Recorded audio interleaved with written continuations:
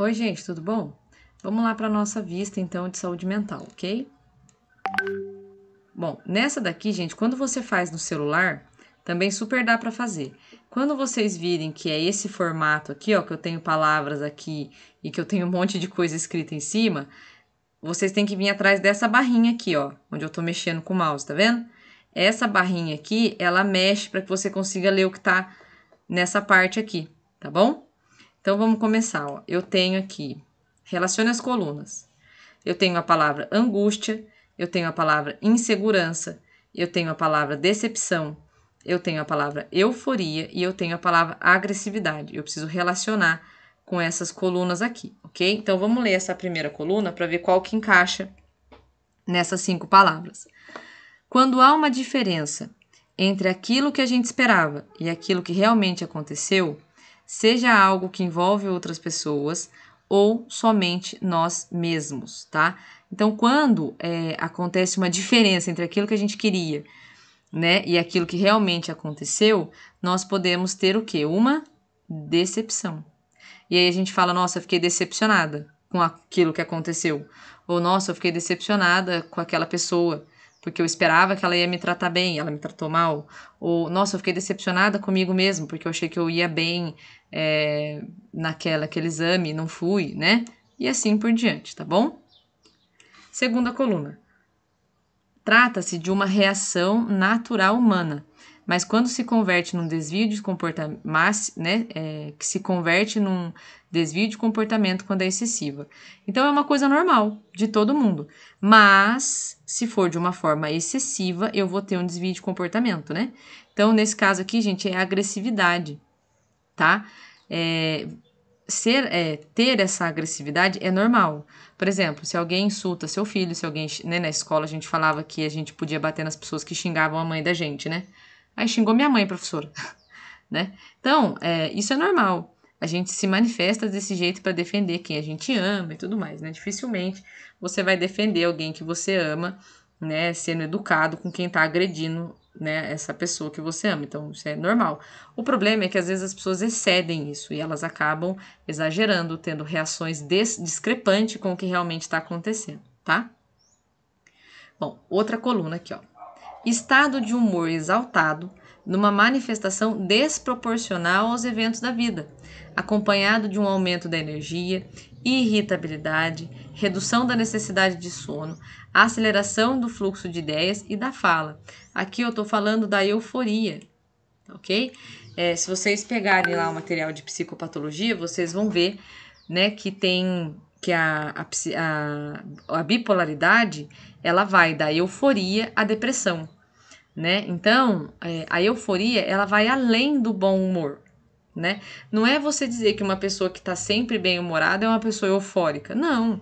A pessoa apenas está vendo as coisas de outro jeito, por um ângulo diferente, está buscando ver as coisas de uma forma positiva. Isso não é ser eufórico. Ser eufórico é quando, por exemplo, acontece uma coisa que se fala, que a maioria das pessoas, né? Vira e fala assim, pô, legal, cara, que bacana, pô, parabéns. E a outra pessoa fica assim entusiasmadíssima, como se, nossa, meu Deus do céu, isso nunca aconteceu, né? Uma reação totalmente exacerbada, totalmente fora de contexto, né? É uma alegria exagerada. Aí, inclusive, tem algumas pessoas que falam, meu, não é pra tanto. Não é pra tanto. É tipo menos, né? Menos. Então, a euforia, ela é o exagero. A exacerbação do bom humor, tá bom? Outra coluna. Sentida comumente como um aperto no peito, sensação de vazio inexplicável, né? Uma ansiedade, uma implacável incerteza, trazendo uma irritabilidade e desesperos em comum. Aqui a gente está falando da angústia. Então, quando você vê uma pessoa agindo de uma forma diferente, por exemplo, você pode perguntar assim, fulano, o que você tem? A pessoa vira para você e fala assim, eu tô angustiada. Por quê? Não sei, só tô angustiada. Tipo, é uma sensação inexplicável, um aperto no peito que ela muitas vezes não sabe explicar, tá? E por último, mas não menos importante, né, nós temos aqui a insegurança, que é o quê? É o quê? É o estado emocional que surge na sequência de uma situação que é percepcionada, tá, gente? É uma palavra difícil pra caramba, né? O que é percepcionada? É percebida, tá bom? É uma coisa que vai ser como se eu estivesse percebendo alguma coisa, tá? Então, no caso aqui, é um estado emocional que vai surgir depois de uma sequência, de uma situação, na sequência de uma situação que ela é percepcionada como alarmante ou ameaçadora.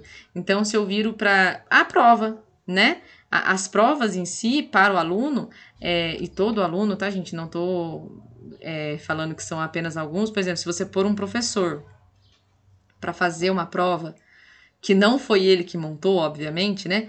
Pode ser da matéria dele, pode ser um conteúdo que ele domina, ele vai se sentir, ele vai ter ali um sentimentozinho diferente, tá bom? Então, a diferença é que algumas pessoas lidam muito bem com isso, e tranquilo, e vamos embora, estudei, bola pra frente.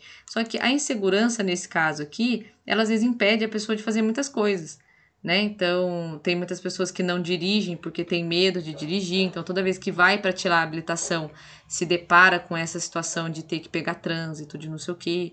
Então, a pessoa acaba meio que tendo essa insegurança de fazer, tá? Atividades que são potencialmente aí alarmantes ou ameaçadoras, tá bom? Então, essa aqui era a sequência das bolinhas, tá? Outra questão. Sobre a contenção aplicada em pacientes psiquiátricos, responda as seguintes perguntas. Qual é a diferença entre contenção mecânica e contenção física? Quem pode prescrever quem pode prescrever? Aqui era prescrição, mas era contenção. É que o bençoado do coisa, ele corrige, né? Mas todo mundo entendeu, viu, gente? Foi impressionante. Parabéns pra vocês, viu? O senso de interpretação de vocês tá ótimo, tá? Porque daí ficou quem pode prescrever, ficou lindo, tá, gente? Parabéns. Como deve ser realizada a contenção física e como deve ser realizada a contenção mecânica? Em quais situações é indicada a contenção? Observação, responda com as suas palavras. Gente, essa parte aqui pouquíssimas pessoas leram, tá? Vocês precisam entender o seguinte. Hoje, vocês têm o auxílio do PDF, vocês têm o auxílio, né? Não era para ter, né? Mas tem, do Google, né? A gente sabe disso, né? Mas vocês têm aonde consultar. Amanhã ou depois não vai ter. Não é porque né, tem-se essa questão hoje que vocês vão ter depois, né? Pode até ser que futuramente mude, mas hoje, para os alunos que eu conversei recentemente, que fizeram prova em hospital, não mudou nada com a pandemia. A prova continua sendo a mesma coisa. Então, assim, vocês têm pela frente mais 2 provas. A minha recomendação é tente fazer o máximo possível para evitar de olhar no PDF. E se tiver que olhar, não copia e cola o que está escrito no PDF. Vocês ainda estão fazendo isso, copiando e colando do PDF. Ai, professora, mas aí a senhora está querendo demais. Não, não estou querendo demais, eu só estou querendo que vocês consigam arrumar um trabalho bacana, eu só estou querendo que vocês consigam aplicar isso que vocês estão aprendendo. Ninguém aqui está fazendo curso de enfermagem para ficar simplesmente, tipo, sem trabalhar, né? Então, o objetivo, eu falei isso para vocês no começo de tudo, o objetivo não é só fazer vocês aprenderem o conteúdo, aprenderem a cuidar de uma pessoa. A ideia é preparar vocês para uma prova também, né? Então, quando eu vejo que um aluno ele responde tudo meio atrapalhado, não tem problema, pelo menos eu sei que ele respondeu com as palavras dele. Mesmo que seja atrapalhado, mesmo que seja, entendeu? Agora, pegar e copiar direto do PDF, gente, não é legal, tá? Evitem fazer isso. Eu prefiro respostas mais curtas, mas que foi você que escreveu, do que você pegar e, né? Mas enfim, fica aí a critério de cada um, foi só uma dica, tá? Outra coisa, eu não coloquei aqui, ó, letra A, B, C e D, então o que vocês teriam que ter feito, ó? A, né? Para não misturar as respostas, né? Para facilitar a interpretação do examinador, tá? Vocês vão fazer provas por aí, né? Pelos hospitais. Custa organizar a resposta? Não custa, né? Isso vai deixar o seu examinador, né? Com mais, como é que eu vou dizer assim?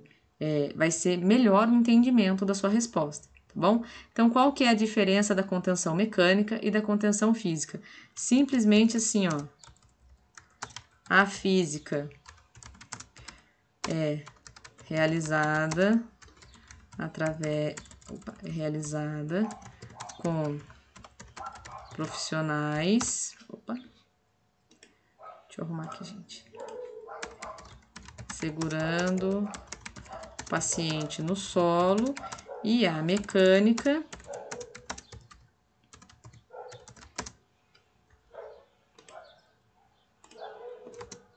imobilizando o paciente no leito, certo? Ó. Imobilizando o paciente no leito. Pronto. Aí eu vou para a letra B.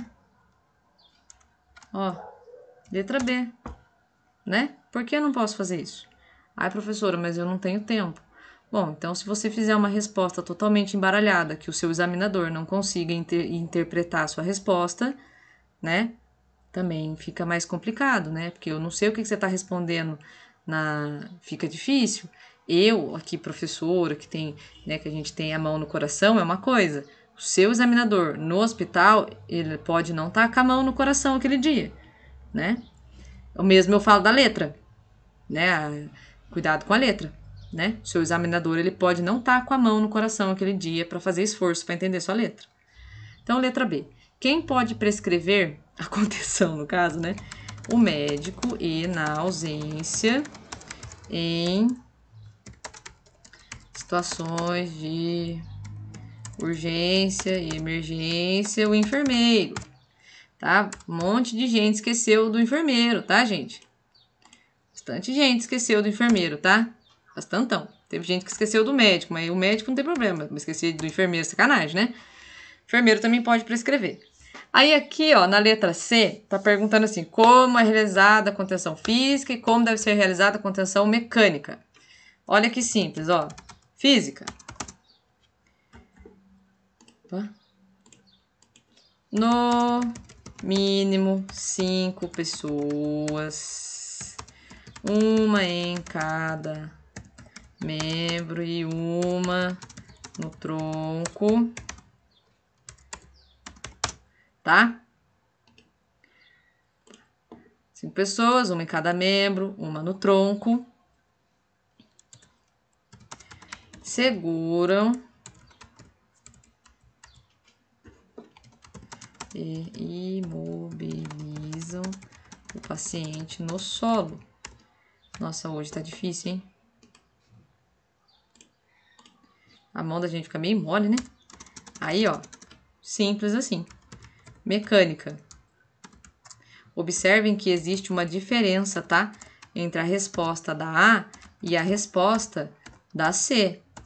Aqui eu só falei que a diferença, ó, a física realizada por profissionais segurando o paciente no solo. Aqui eu já falei que são no mínimo 5 pessoas, uma em cada membro e uma no tronco. Ok? A mecânica. Aí na mecânica, vocês podiam ter colocado mais detalhes. São utilizados faixas de couro, atadura, para lençóis para imobilização da região do tronco, que deve ser feita com lençol. Aí vocês podiam até separar, tipo, tronco, pelve, tá, gente? A gente contém a pelve do paciente, não o abdômen, tá? Não é a barriga do paciente que você contém, você vai conter a pelve. A pelve, onde tem aqueles 2 ossos ali do quadril, tá bom? Então, o que acontece? Você poderia montar a sua resposta da seguinte forma, né? A contenção, né, no leito, ela tem vários pontos, podendo ser tórax, pelve, tá? Contidas com lençol, punhos, tá? Ah, o joelho também pode ser contido com lençol, você pode incluir também, né? É mais raro, mas a gente fez no laboratório, né? Os alunos fizeram o 8, né, com o lençol, né, nos joelhos, então poderia colocar também. Colocar aqui, nossa, gente, olha, isso foi cruel, cara. Pouquíssimas pessoas colocaram que antes de colocar a atadura, eu tenho que pôr o algodão ortopédico. Se você não pôr algodão ortopédico embaixo da atadura, na hora de conter o punho e o tornozelo do seu paciente, vai dar ruim, cara. E eu não falo só que vai dar ruim, tipo, vai dar ruim porque o paciente vai se cortar. Cara, vai dar ruim porque, administrativamente falando, isso é uma técnica incorreta, tá? E pouquíssimas pessoas colocaram que tem que pôr algodão ortopédico embaixo da atadura, tá bom? Então, tá aqui para vocês. E a letra D, por último, mas não menos importante, e aqui eu preciso esclarecer uma coisa.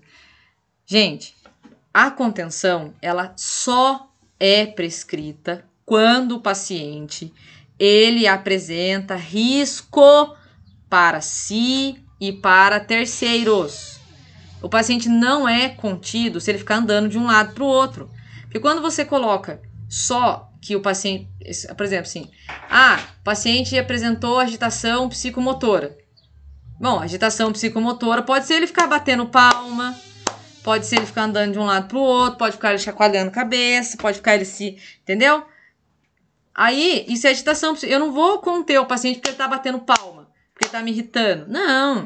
Você só contém o paciente se ele promover risco para você e para terceiros. Risco de violência física, risco, entende? Esse tipo de coisa. O paciente ficar xingando sua mãe, falando palavrão, andando de um lado para o outro. Não. Nesse caso, não contemos o paciente. Tudo bem, gente? Por favor, não esqueçam disso, tá? Bom, próxima questão. Assinale as alternativas corretas. O humor é o pano de fundo da nossa vida emocional. Normalmente, se acontecem coisas boas, as pessoas ficam alegres. Se acontece algo ruim, ficam tristes. Para quem tem o transtorno bipolar, a lógica não é sempre essa. Essa alternativa está correta, né, gente? Está correta. Por que ela está correta? Porque a pessoa que tem transtorno bipolar, ela não acompanha isso desse jeito. Você pode chegar no meio de um velório, por mais que você não é portador do transtorno bipolar, tá? Você que não é portador do transtorno bipolar, se você chegar num velório, você automaticamente vai ter ali o respeito, né, pela família, pelos amigos, né? Para começar, que se você tá no velório, é porque você conhece alguém, né, que tá ali, né, que é parente do morto, alguma coisa assim, né? E aí você não vai ficar rindo, você não vai ficar, né, conversando, falando alto, esse tipo de conduta descontraída, você vai ter esse respeito. No caso do bipolar, não, pra ele é normal, tipo, nada a ver. Por mais que eu conheça a mãe do morto, o filho do morto, entendeu? Então eles não acompanham, tá? Por isso que essa alternativa tá correta. O que se sabe é que a diferença entre o que se sabe é que alterações da serotonina e da noradrenalina cerebrais estão relacionadas à depressão. E a dopamina é o neurotransmissor mais relacionado aos episódios de mania. Essa alternativa também está correta, tá? Lembra que quando a gente conversou, eu falei para vocês da serotonina, que quando você tem, por exemplo, você que não tem depressão, quando você amanhece meio para baixo, quando você amanhece meio triste, acontece alguma coisa que você ficou meio chateado, né? Você vai lá, resolve, pá e tal, ali, dependendo da intensidade do que aconteceu. Claro que esse exemplo que eu vou dar não cabe para um monte de coisas, né? Mas você ficou triste. Você comer um chocolate, por exemplo, pode te ajudar. Por quê? Porque o chocolate libera serotonina, tá? Ó. Ele libera serotonina, então ele pode te ajudar. Medicamentos muito utilizados para depressão são os recaptadores da serotonina. Tá lá na nossa aula. Então, esses recaptadores de serotonina, eles impedem que a serotonina volte para onde ela veio e façam com que ela fique mais tempo na fenda sináptica, para passar mais rápido, para passar em maior quantidade de um neurônio para o outro. Então, essa alternativa aqui está correta, tá? A esquizofrenia é caracterizada por pensamentos e experiências que parecem não ter contato com a realidade. Fala o comportamento desorganizado e participação reduzida nas atividades cotidianas. Dificuldade de concentração e de memória também são sintomas. Correta. Essa última foi anulada, tá ok? Essa última que foi anulada, tá?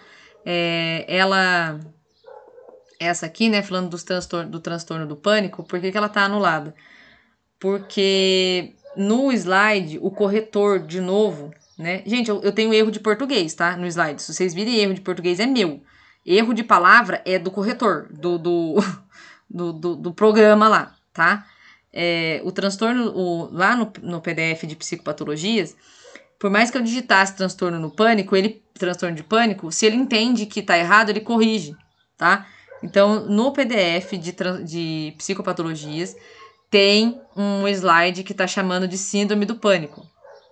Tá ok? Tá chamando de síndrome do pânico. E não é, né? Tanto que mais pra cima, quando eu falo de síndrome do pânico em si, tá escrito lá que o transtorno do pânico ele é chamado de forma incorreta de síndrome. Não é síndrome, é transtorno. Por isso que essa aqui, ó, foi anulada. Então, se você não marcou essa daqui, porque você confundiu por causa dessa parte, eu considerei ela como sendo correta, tá bom? Por quê? Porque deu esse chabu aí com o negócio lá, tá? Bom, como você vê a importância da enfermagem na saúde mental e como você acha que você se sairia trabalhando nesse setor?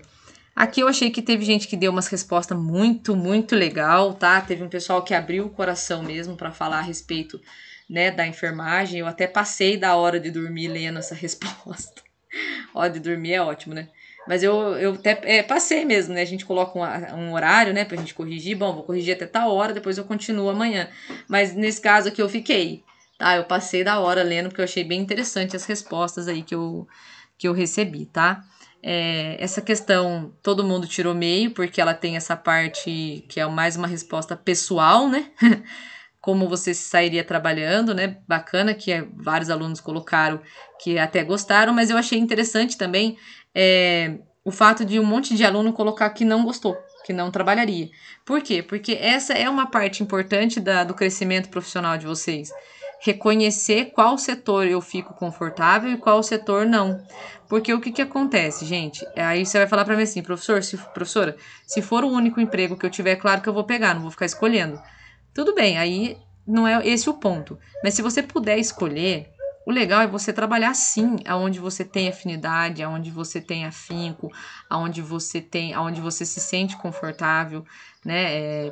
Porque assim, a enfermagem, ela tem muito campo, ela tem uma gama de possibilidades muito grande. Então, você vê um profissional preso a um trabalho que não traz satisfação, porque a gente, não sei se vocês viram, né, mas a gravação da aula em que a gente falou a respeito dos filmes, né, a colega, né, teve a Fran, o Anderson e tudo mais, que comentaram que, nossa, eu fiquei assim, né, tipo, meu, como isso, né? Vários alunos também comentaram, professora, eu não entendi. Porque, assim, o objetivo do filme em si, desses que a gente escolheu, foi colocar mesmo essa confusão na cabeça do espectador, né? Se fosse um filme redondinho, ele não iria abordar esse tema.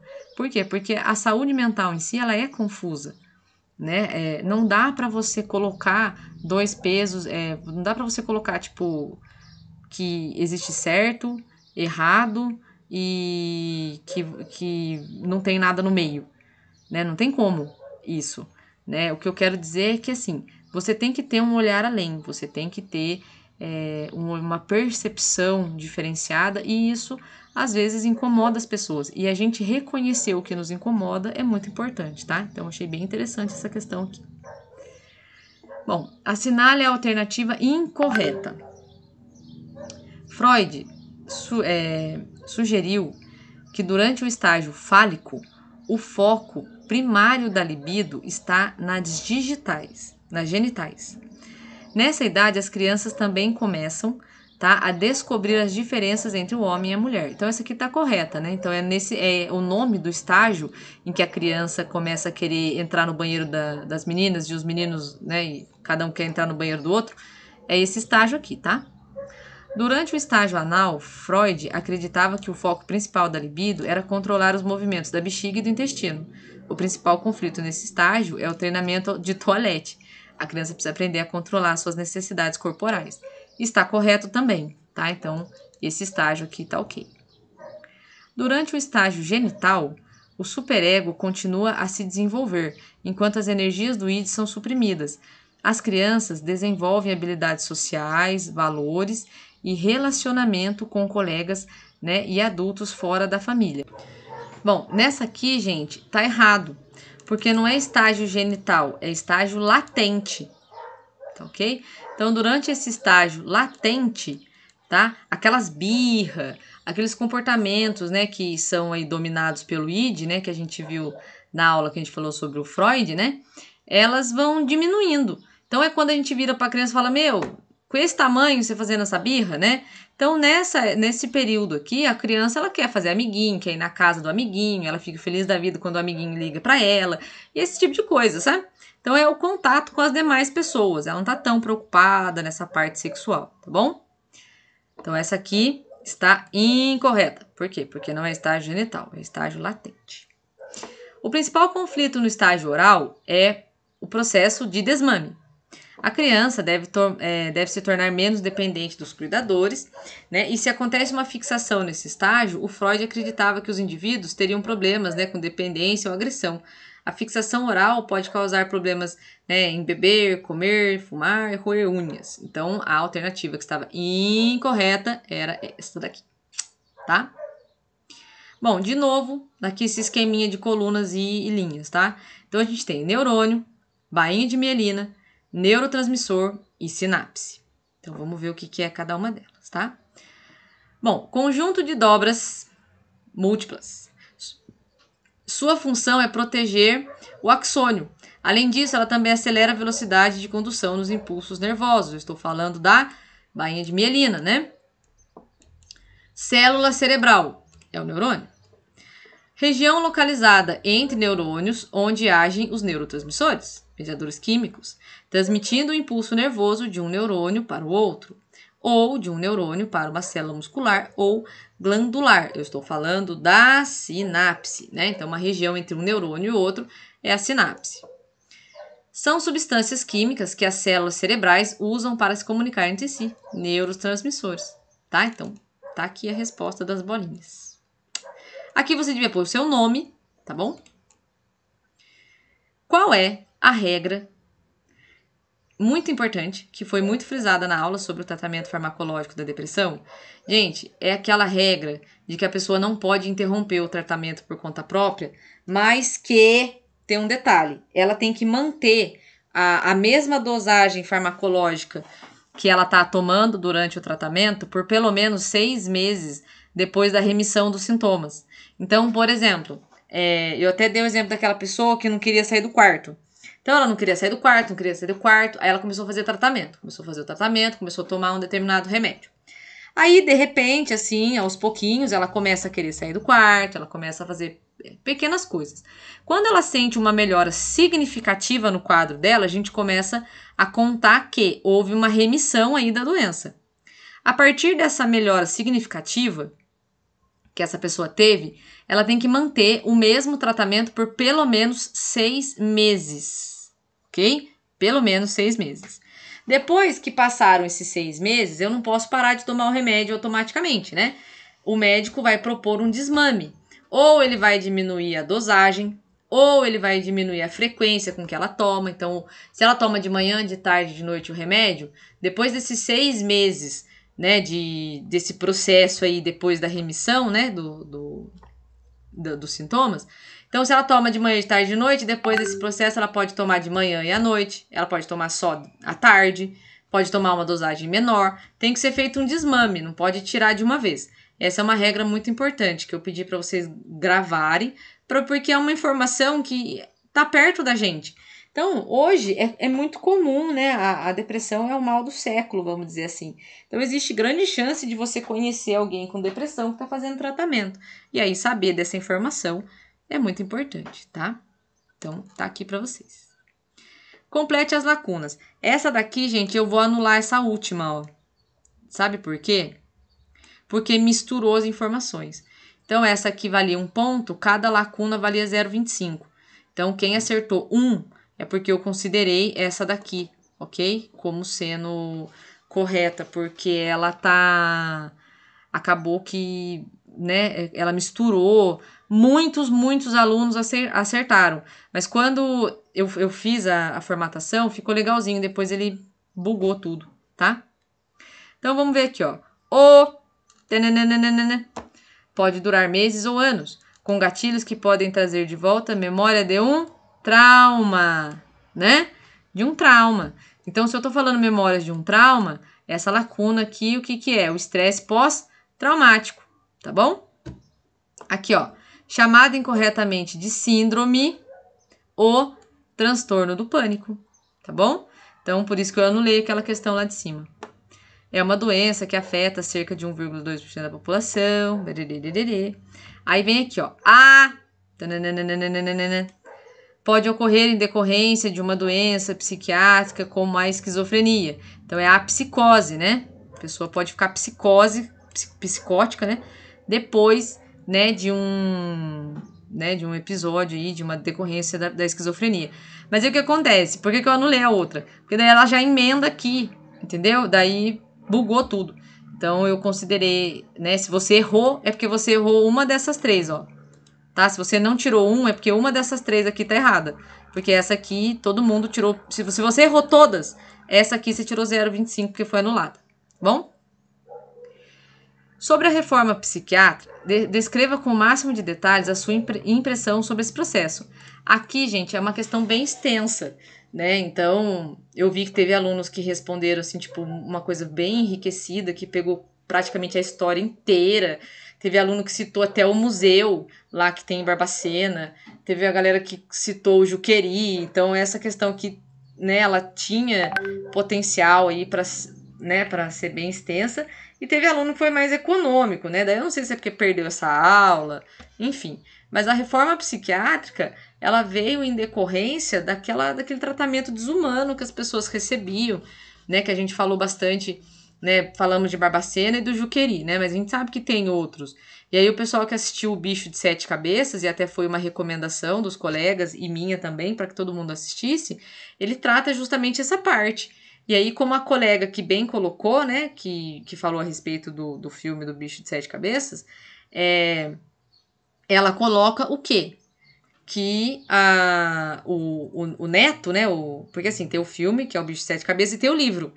O cara que escreveu o livro e inspirou o filme, ele que vivenciou toda aquela situação e ele virou um ativista pela luta antimanicomial, para que acabasse com os manicômios, porque realmente não tinha condições. Tá? Então, essa aqui também teve aí uma liberdade bem grande para a resposta. Tá? E a última questão é: assinale as alternativas incorretas. Pânico e medo são a mesma coisa? Não. Pânico e medo não são a mesma coisa, né? A gente viu isso, né? Transtornos como depressão e ansiedade não podem impedir uma pessoa de trabalhar. Nada a ver, né, gente? A gente sabe que a depressão só perde para dor nas costas como causa de afastamento do trabalho, né? Então, você tem afastamentos, né? A pessoa se afasta do trabalho porque ela tem ali um quadro de depressão. A depressão só perde para dor nas costas, quando a gente vê número de funcionário que precisou se afastar, tá? Abusar de álcool e drogas não pode causar transtornos mentais, até mesmo porque não existe nenhuma comprovação científica sobre ambos. Errado, existe sim, né? A gente viu que existe sim comprovação científica entre o abuso de drogas e o desenvolvimento de psicopatias, principalmente a esquizofrenia, tá? Depressão e tristeza não são a mesma coisa. Essa aqui é a única que está correta, né? Não é mesmo a mesma coisa, né? Você pode acordar triste num dia e vai fazer uma caminhada, encontra uma pessoa bacana na rua, conversa um pouco com ela e sua tristeza pode melhorar. No caso da depressão, nada a ver, né? Uma coisa mais crônica. A tristeza, ela pode durar um tempão, né? Por exemplo, você perdeu um ente querido, você pode durar, tipo, muito tempo triste porque esse ente querido morreu, né? Mas você não vai paralisar a sua vida por isso, né? É claro que você pode desenvolver depressão depois da morte de um ente querido, mas não é a mesma coisa, tá? Não existe nenhuma relação entre depressão e genética, né? Essa aqui é incorreta. Por quê? Porque nós vimos na aula, né, que isso é parcialmente verdade, né? Existe sim uma relação entre a depressão ser genética, mas a gente sabe que pessoas que não têm esse fator genético também podem vir a desenvolver a depressão, tá bom? Então tá aqui para vocês a resposta da prova, né, de saúde mental. Qualquer dúvida que vocês tenham com relação à sua nota, qualquer argumento que vocês tenham com relação ao peso que foi atribuído à questão, podem me avisar, podem me falar. tá? Que a gente vê, avalia, vê se, né, mexe no ponto, se não mexe, por que que tirou aquela nota, por que que não tirou. Então, não tem problema nenhum, a gente está aberto a essa avaliação, tá ok? Quem ficou de recuperação vai ser avisado no privado. Eu vou entrar em contato com a pessoa no privado para avisar que ela ficou de recuperação, tá? Lembrando que a recuperação precisa fazer um trabalho e outra prova, ok? Muito obrigada, até a próxima e fiquem com Deus.